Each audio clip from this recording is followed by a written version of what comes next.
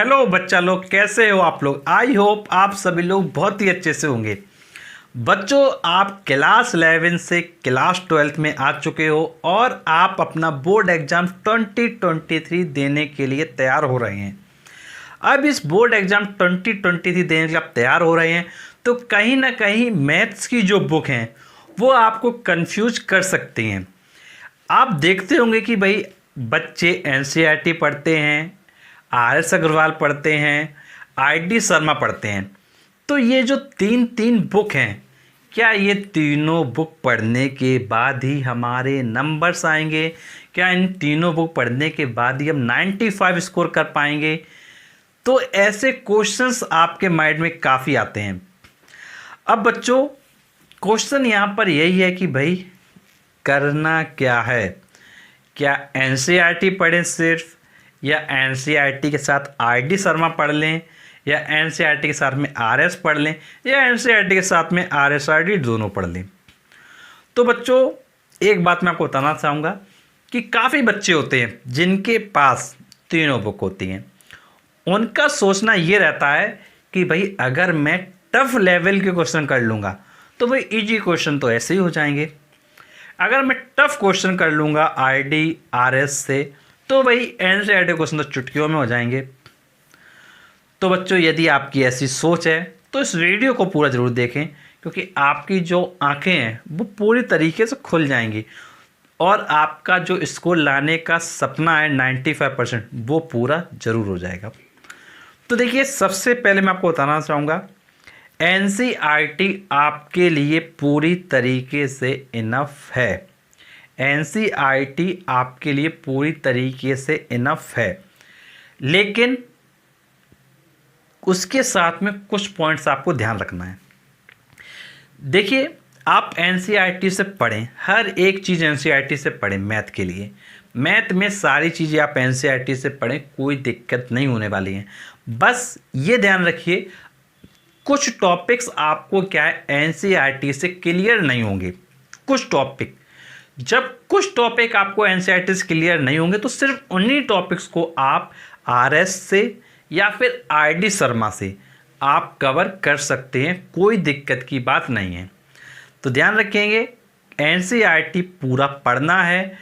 NCERT के कुछ topic जब आपको समझ में नहीं आए तो उन टॉपिक्स को आप क्या आर.एस. अग्रवाल से या फिर आई.डी. शर्मा से कर सकते हैं, तो कोई दिक्कत की बात नहीं है। और अगर आप तीनों बुक को पढ़ेंगे तो भाई समस्या तुम्हारे साथ खड़ी हो जाएगी, नंबर नहीं ला पाओगे। ज्ञान होगा लेकिन नंबर दिमाग के पास नहीं होगा। जब तुम्हारी मार्कशीट आएगी तो नंबर तुमको क्या है नहीं दिखाई देगा और तुम सोचोगे यार मैंने इतनी मेहनत किया, एनसीईआरटी पढ़ा, आर.एस. अग्रवाल पढ़ा, आई.डी. शर्मा पढ़ा, लेकिन नंबर उसके अकॉर्डिंग बहुत अच्छे आने चाहिए थे, बट वैसे नहीं दिखाई देंगे। उसके पीछे का क्या लॉजिक है? उसके पीछे का लॉजिक ये है, जब आप एनसीईआरटी पढ़ लेंगे आप, फिर उसके बाद आप आई.डी. पढ़ेंगे, उसके बाद आप क्या आर.एस. अग्रवाल पढ़ेंगे, तो आप एक बात बताइए, क्या आप इन तीनों बुक को पढ़ने के बाद क्या इन तीनों बुक का रिवीजन दे पाएंगे? अगर आप कह सकते हो कि हम भैया दे लेंगे, पढ़ डालो, मैं कह रहा हूँ पढ़ डालो, लेकिन ये बिल्कुल सच्चाई है, तुम रिवीजन नहीं दे पाओगे, क्योंकि तीनों बुक के सारे क्वेश्चंस का रिवीजन एग्ज़ाम टाइम पे दे पाना असंभव है, बिल्कुल असंभव है। और अगर कोई बच्चा कहता है कि भाई संभव है, तो भाई ऐसा बिल्कुल भी नहीं है, ऐसा बिल्कुल भी नहीं है। इंसान हो, मशीन नहीं हो कि तुरंत तुम्हारे दिमाग में क्या छप जाएगा। अब आप में से काफ़ी लोग ये भी कह सकते हैं, अरे सर आप कैसी बातें कर रहे हो, हम तो सर आई.आई.टी. की तैयारी कर रहे हैं, हम आई.आई.टी. की तैयारी कर रहे हैं, तो भाई अगर हम आर.डी. शर्मा, आर.एस. अग्रवाल के टफ क्वेश्चंस नहीं करेंगे तो भाई हमारे को आई.आई.टी. में दिक्कत होगी। तो बेटा मैं सिर्फ इतना कहूँगा, आई.आई.टी. में तुमको कोई भी दिक्कत नहीं होगी, कुछ भी प्रॉब्लम आई.आई.टी. में नहीं होगी। आई.आई.टी. जेईई कोचिंग करोगे, कुछ भी प्रॉब्लम नहीं होगी। क्यों नहीं होगी वो समझिए।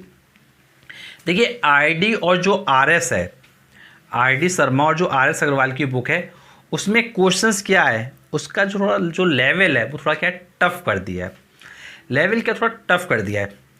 अब आपको मैं बताना चाहूँगा कि भाई जो आई.डी. शर्मा है उसकी बुक 11th-12th की अलग आती है और उसी की बुक क्या है IIT JEE की अलग आती है।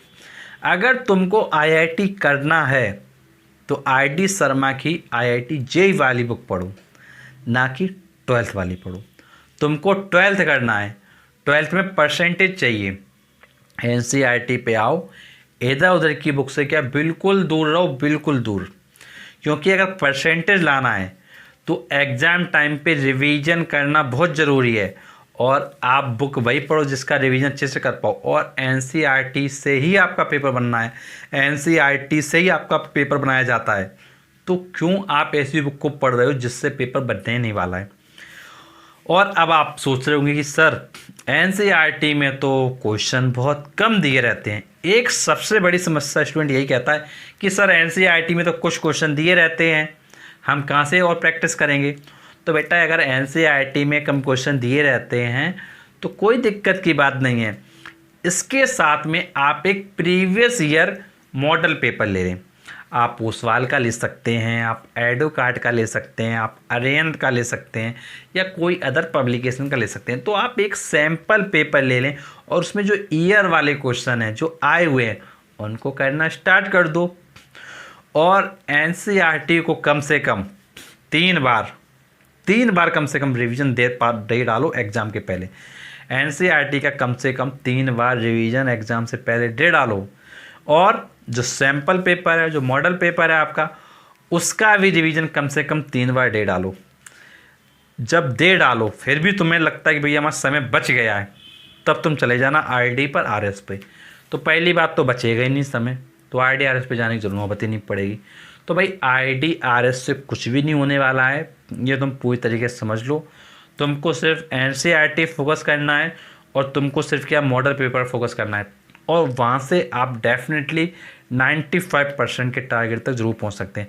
और अगर आप NCERT IIT RS तीनों के चक्कर में फंस गए तो चक्कर में फंसे रहोगे। ज्ञान होगा दिमाग में लेकिन नंबर मार्कशीट पे नहीं होगा। और ये चीज़ अगर आपको डाउट दे रही हो तो भाई चीज़ों को आप अपने अकॉर्डिंग करके देखो, रिजल्ट तुम्हारे सामने होगा। अगर मेरी बात सही लगे तो उसको फॉलो करना, ना लगे तो कोई बात नहीं। तो बेटा अपने पर्सनल टीचिंग एक्सपीरियंस के बेसिस पर मैं कह रहा हूँ कि बिल्कुल भी तुम्हें IIT RS पढ़ने की ज़रूरत नहीं है। अगर तुम IIT की तैयारी कर रहे हो तो भाई IIT की बुक पढ़ो और NCERT सिर्फ 12th के लिए पढ़ो। आप दोनों को ऐसे करके ना मिक्स मत करो। अब काफ़ी लोग कहते हैं अरे सर 12th वाला ही तो आता है। तो बेटा अगर 12th वाला ही आता होता ना तो सब लोग पास हो जाते हैं, सिर्फ 12th वाला नहीं आता है। कहना कुछ होता है और बात कुछ होती है। भाई कह तो सभी देते हैं कि भाई 12th वाला आता है, क्या 12th वाला आता है? तो क्यों इतनी कोचिंगें खुली हैं, क्यों लोग बच्चे कोचिंग करते हैं?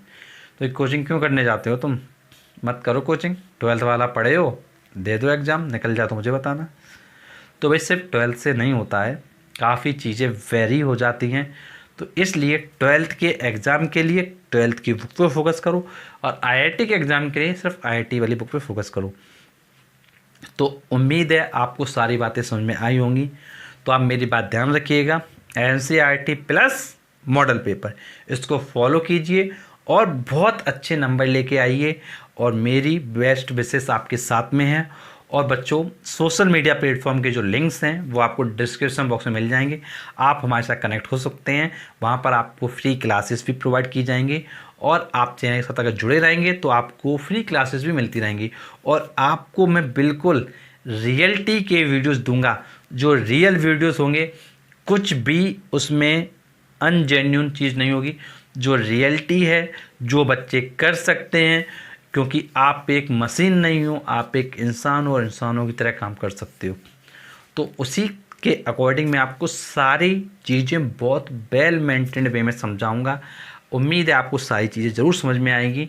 और ऐसे वीडियोस के लिए आप चैनल को ज़रूर सब्सक्राइब कर लीजिएगा। अगर वीडियो पसंद आता है तो लाइक एंड शेयर कर दीजिएगा। और आपसे हम मिलेंगे नेक्स्ट वीडियो, तब तक के लिए थैंक यू सो मच।